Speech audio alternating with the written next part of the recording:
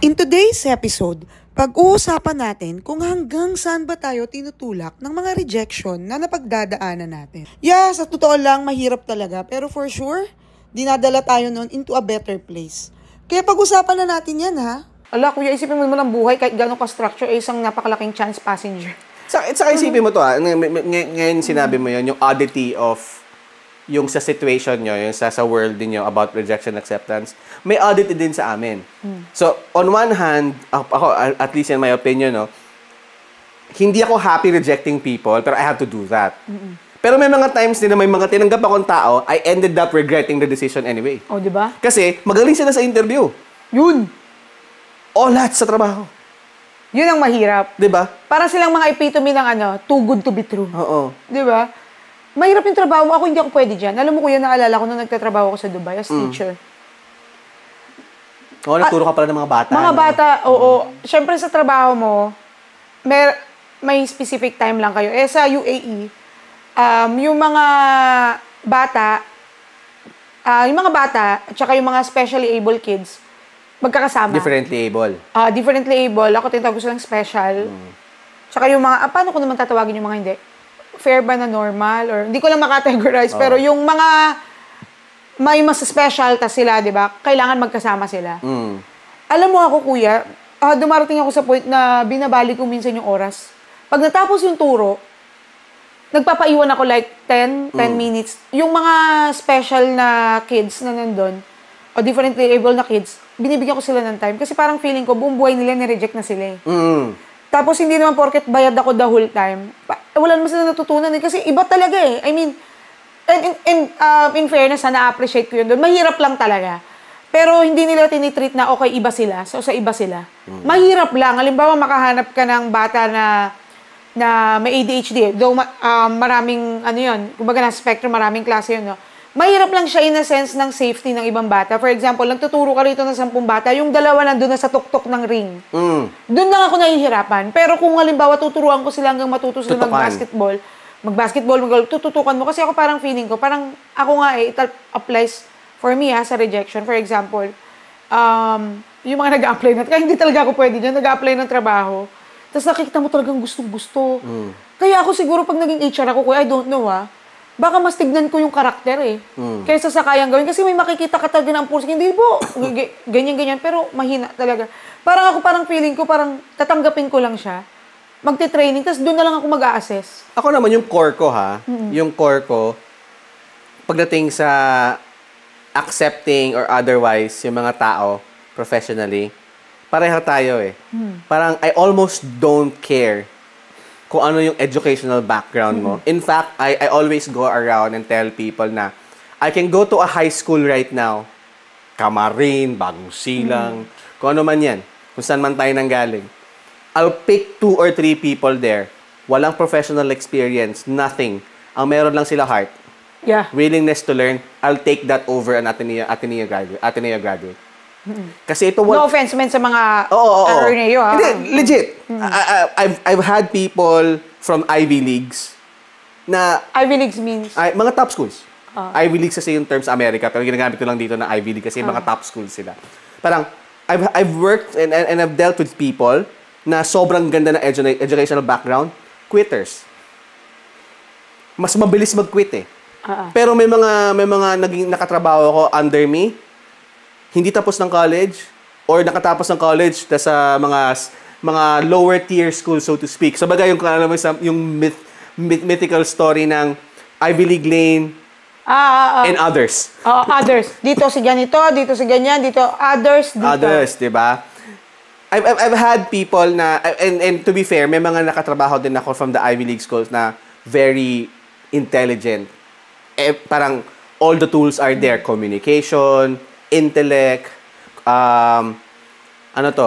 critical thinking, all of those things. I'm happy na may mga nakatrabaho akong ganun. Pero may mga nakatrabaho din ako na legit quitters, legit whiners, legit yappers. Tapos parang all talk, no walk.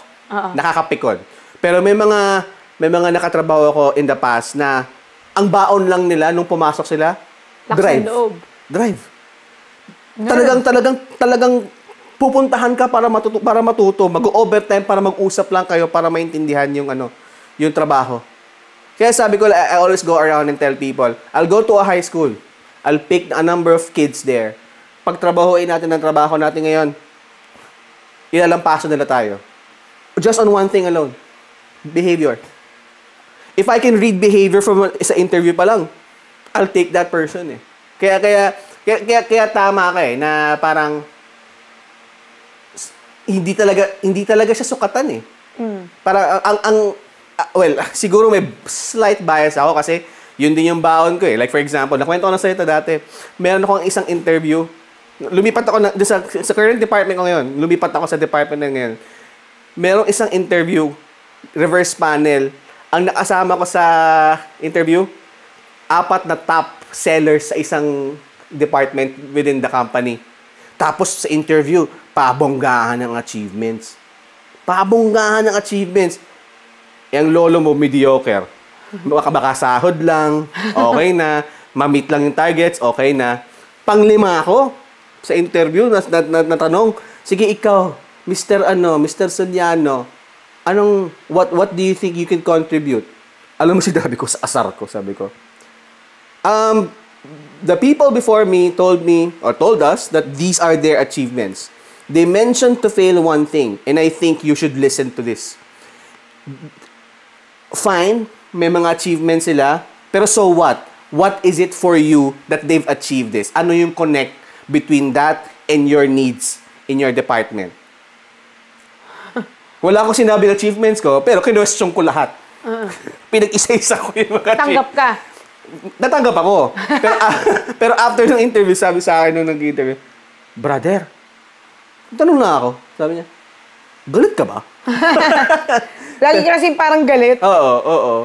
Pero imaginein mo, minsan yung rejection na pagdadaanan mo at kahit saan man ha, minsan hindi naman niya ibig sabihin talo ka eh. Parang lang yan eh, hindi pa kasi ito. Pero sa finish line tayo magtagpo-tagpo. Delayed success. Oo. Halimbawa kami nung college, naalala ko. Meron ako yung kaibigan ko. Kasi tago natin sa pangalang. Sa pangalan ng friend ko. Tapos, nung thesis,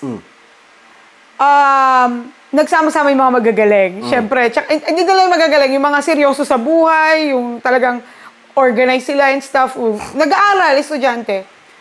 Yung kaibigan ko, walang kumuha sa kanya. Kasi nga, easy lahat. Alam niya rin naman to pag napanood niya, alam niya ito talaga yung kwento nun eh. So, mas nangibabaw ang friendship, sumama ako sa kanya. Pero sabi ko, isama din natin yung Taiwanese natin kaklase. Kasi wala rin kumuha dun sa Taiwanese namin kaklase. Kasi nga, bukod sa language barrier, hindi talaga. Tsaka, wala. Talagang parang aampunin mo na lang siya. Kumbaga, yung feeling ko, nung time na yun, yung rejection is, parang tingin nila kasi sa amin, so lang kami, so wag isama. Ako naman kailang nila ako sa kuha dahil friendly ako at maasahan, runner, pwede siguro. Mautusan. Maboka, ganyan. Tsaka parang ang bait kasi nito, parang kawawa naman. Pakikisama na lang, kaya kinukuha. Awa. Oo, awa. Pero alam mo, ngayon hindi naman sa pagmamalaki at kung ano man. So, kung iisipin ko at binabacktrack ko, sa batch namin, kami lang ang medyo nakaapak sa industry nito. Sa industry namin, hindi ko alam kung yung Taiwanese kong kaibigan, kung nasa na si Susu, kung nasa ka man. Alam mo yun, kaya parang sabi ko nga, feeling ko yung rejection, hindi siya yung parang talo ka ngayon eh. Para ka lang FPJ, bugbugin niyo ko ngayon, panalo ko sa dulo. Halimbawa, ikaw, yung rejection naman, itutulak ka niya para, alam mo yung minsan parang, para lang mag-push ka, o aminin mo, ako na magdadagdag, dahil tagal mong ikwento. Sorry na. Di ba? Hindi, kasi hindi mo kwento itong part na to, baka hindi mo lang maalala. Aminin mo, kaya ka nagdesisyong mag-aral at graduate. Di ba? Dahil ma-in-applyan ka, pero hindi ka tinanggap dahil sa hindi ka graduate. Di ba? Na kung tutusin, kahit hindi ka mag-aral, nandiyan ka na sa posisyon na yun, pero dati ka pa kinukulit na, sige na, magtapos ka. Pero kasi parang para saan pa to. Pero because of that rejection na talagang masakit. Ginalit ako nun? Oo. Napunta ka sa path na to, di ba? Na for sure, mas ililid ka to, bet kahit bilhin mo na ngayon yung ano? Makukuha mo. Di ba? Parang, yun lang yung naiisip ko about rejection. Yung, parang tumawid na tayo dun sa blessings ng mga rejection, ganyan. Pero yung rejection ako, for me, may lungkot ako dyan eh. Halimbawa, yung super close friend natin. Tago natin siya sa pangalang super close friend. Super close friend natin. Di ba nag-apply siya for a scholarship? Mm. Tapos, nireject siya dun sa scholarship niya yun just because in-assess lang siya dun sa initial na in-apply niya at sinabing, hindi ka pa kasi magaling, kaya hindi ka pwede dito. Sobrang rejection kasi parang for me, yung friend natin, yun na lang yung hope niya na makapagtapos, makapag-aral. Hindi mo man lang sinubukan, ginudge mo na agad siya sa kung anong nakita mo. Correct. Kaya ako, parang feeling ko yung sensitivity ko about rejection because of the people around me, especially yung mga close sa akin. Parang ako kasi mas nakikita ko yung pag sa iba ginagawa kesa sa akin. Halimbawa, mga example, mga little, hindi ko alam kung little to or whatever. Nung naranasan ko manghingi ng tulong sa mga government, papangalanan ba natin yung mga government site? Siyempre, hindi. Huwag na, siyempre. Diba? Oo. Nung na-hospital ka, naalala ko sa St. Luke's. Pumila ko doon sa isang government kineme. Si ate, nireject siya just because of kulang lang yung requirements niya. I know na ibang scenario to, ibang category to. Pero for me, it's a rejection dahil tinanggihan mo yung tao eh. Tinanggihan mo yung tao na kailangan niya ng tulong kasi kailangan niya maiuwi yung bangkay ng kuya niya. Na ang tagal na rito sa Maynila, hindi maiuwi dahil walang kakayahan just because kinulang lang siya ng isang papel. Hindi mo alam. Tapos sumulok siya, hindi niya alam kung paano siya, Alam mo, ginawa ko, tinulungan ko siya na, sabi ko, alam mo, pwede tayong mag-email sa mga senador, baka may mag-reply. Yung the whole time na naghihintay ako doon. May senador na tumulong sa akin, papangalanan ko dahil bumuti naman si Bam Aquino that time. Kasi the next day, bumalik ako Nagkita kami, na siya, parang paalis na siya dahil may papel. Guarantee na siya. May guarantee na siya. Ako nalulungkot lang ako dun sa part na, subukan nyo naman, try harder. Baka pwede pa Hindi yung mag-stick tayo sa, nakita mo siya, parang di kaya, mahina siya. Ayaw mo na, bigyan mo ng fighting chance lahat ng tao. Kasi pag yung minsan yung rejection, pag nararanasan nila ng paulit-ulit, nawawala yung moral nila sa sarili nila. Parang when I think I see what you're getting at. Parang yung too much rejection, too black and white na rejection, parang undignified. Parang it takes away dignity from that person. I see what you're saying kasi parang trabaho niyong mag-accept and mag-reject. Pero yung humanity niyo dictates na there should have been a way. To not make this worse for that person. Correct. Ako parang wala lang. Kaya nasabi ko siya, hindi talaga ako pwede sa ganyan dahil lahat pagbibigyan. Pero depende rin. Lalo nung tumatanda na ako. Halimbawa, kung itatawid natin ang rejection to relationships and people, my God, alam mo yung, may ganun pala kuya. Maraming klase, no? Meron yung taong to begin with, ayaw ka. Wala ka magagawa doon. Meron din yung mga pagkakataon na ininvest mo lahat ng sarili mo and stuff, sa dulo, hindi ikaw, ayaw ka. I'm not pertaining to relationships lang, romantic relationships, friendships and all. Sa family, nararanasan ka, mag-anak, nararanasan yun. Pero alam mo, natutunan ko na pag ayaw sa'yo, hayaan mo na. Diba? Kung ayaw sa'yo, let them be. Kasi, sabi nga, God's rejection is God's protection. Well, yes. I agree, diba? agree. Minsan, sabi nila, ito, walamang nadadaanan mo na ito sa Facebook or whatever, pero marirealize mo yun Yung sabi nila, minsan, inaalis ka ng Diyos sa mga pagkakataon o sa mga tao na hindi tumanggap sa'yo kasi may mga conversations silang hindi mo alam. Nalala ko tuloy yung tanong sa akin ng boss ko. So, merong time na nag-resign. Nag-resign siya. Tapos, tinanong niya ako, ikaw ba, do you still try to sway yung person to change his or her opinion about leaving? Sabi ko, dati, I do my best. Give everything that I could. Pero hindi kasi siya sustainable. Kasi kung ayaw talaga niya, chances are, magsistay na lang yan for a short while, then aalisan ka ulit. Wala ka ng bala. So sabi ko sa boss ko, susubukan ko one time. Pag ayaw talaga, hindi ko na pinipilit. I move on to the next, carry on with our lives, and then try to make things a little bit better. Kasi kung iuubusin ko yung energy ko doon, baka masira lang din yung dynamics ng mga teams ko, so to speak. Oo. Kasi minsan yung rejection, nangyayari siya hindi lang naman sa entrance Yung ba, pagpasok, bam, di ka. Minsan, mas mahirap nga at mas masakit yung nandun ka na pero nire-reject ka. Reject ka pa. Oo. In all aspects, again, for example, halimbawa, For example, Halimbawa. Oo. May mga bagay na inayawan ka na, pinilit mo pa yung sarili mo, di ba mas masakit? Correct. Kasi mas mahirap, kasi minsan nilalagay mo yung sarili mo sa sitwasyon na hindi ka na nga para doon. Kasi kung para doon ka at gusto ka nila to begin with, niisipin na mawala ka doon, hindi yun sasagi sa isip nila. Sa team man, sa relasyon, sa pamamahay, o sa kahit saan. At saka, isipin mo, cliche as this sounds, no? For example, relationships. Saan ba pinakamasakit ang mga relationships? Di ba pagka pinipilit mo yung sarili mo into a situation na hindi na nag-work for you and for the other person? Normally, ang sasabihin ng mga tao, dapat ang foundation is love eh. Di ba? Pero love is just one thing. You have to work together. Correct. Pero kung meron lang, ang sandigan nyo lang ay love, for example, tas wala kayong makain. Mahirap yun. Mahirap yun, di ba? Sabi yung baby, nagugutom mo ka, I love you, okay, busog na diba? tayo. Di ba? Parang the net of every factors in the environment will tell you if you should stay or if you should stay or if you should leave, di ba? Kaya din ba sakit ang mga relationships, may mga relationships na sobrang sakit, especially yung mga palabas. Kasi to begin with, pinilit mo yung sarili mo into a situation na you no longer fit. Oo nga. Di ba? Yun talaga yun. Parang friendships din. Parang if you are in a circle of friends na siguro medyo oversimplified to example na to. Parang if you are in a circle of friends na sobrang magastos, sobrang bongga ang lifestyle, tapos hindi match ang lifestyle mo, pinilit mo yung sarili mo in that situation. Actually, yung situation na yun, nire-reject ka na. Correct. Pero pinipilit mo pa rin to belong. Pero sino nahirapan? Ikaw din. Kasi, kunyari, lahat sila bumili ng iPhone 16 Pro Max fully paid. Correct. O kaya ng Air Force One na Cactus Jack na tig 20,000. Mahal yun ah. Oo. Bili mo naman ako. Ay, ako nga walang jack eh. Diba, isipin mo, parang kung lahat sila bumili ng hype items, tapos ikaw, wala kang pera pambili ng hype item, mag-exert ka ng effort unnecessarily to belong to them. Ano gagawin mo? Mangutang ka. Para mabili mo yung gamit na yon. It turns out na nag-imit siya pa yan ng, ng stability mo. Kasi sa kakatry mong i-match yung lifestyle mo with their lifestyle to belong, nahirapan ka in the end. In the end, lumabas ka na lang din in that situation. Lumabas ka dun sa circle na yon kasi you don't fit. Oh, you don't belong. Di ba?